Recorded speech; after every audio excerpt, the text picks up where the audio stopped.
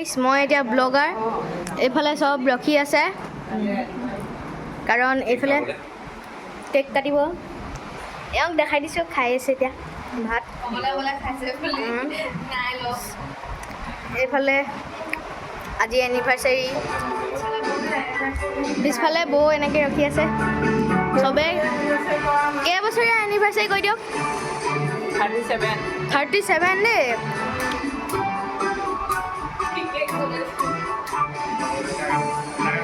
এইফালে সবে ৰেডি হৈছে মোকো দেখাই দিছোঁ বেবি কেক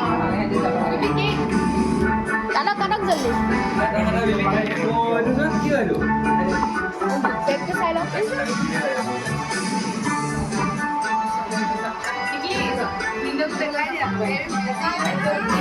কি খাই আছে কৈ দিয়ক এবাৰ মাংস আৰু পোলাও খাইছে